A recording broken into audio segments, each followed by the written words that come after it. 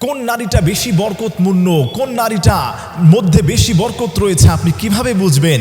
যখনই আপনি দেখবেন যে ওই নারীর ঘরে তার প্রথম গর্ভ সন্তানটাই কন্যা সন্তান হয়েছে, আপনি ভেবে নেবেন ওই নারীটাই, ওই স্ত্রীটাই সবচাইতে বরকতময়। আল্লাহ তাআলা তার জীবনটাকে বরকতময় করেছেন। কিন্তু আমাদের সমাজের অনেক পুরুষ এমন আছে, যখনই শুনতে পান কোনো স্ত্রী কন্যা সন্তান জন্ম দিয়েছেন, তখনই তাকে মুখটাকে দেখা যায় কালো করে ফেলে, তারা অখুশি হয়ে যায়, খুশি তাদের মনের মধ্যে কাজ করে না।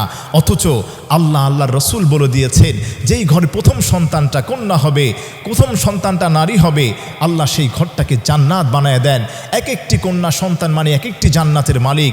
তাই বরকত যদি চান, বরকতময় ফ্যামিলি যদি দেখতে চান, কোনো মানুষের ঘরে স্ত্রী যদি দেখতে চান, তাহলে দেখে নেবেন কার ঘরে প্রথম সন্তানটা কন্যা হয়েছে, তাকেই আল্লাহ তাআলা বরকত দিয়ে ভরপুর করে দিয়েছেন।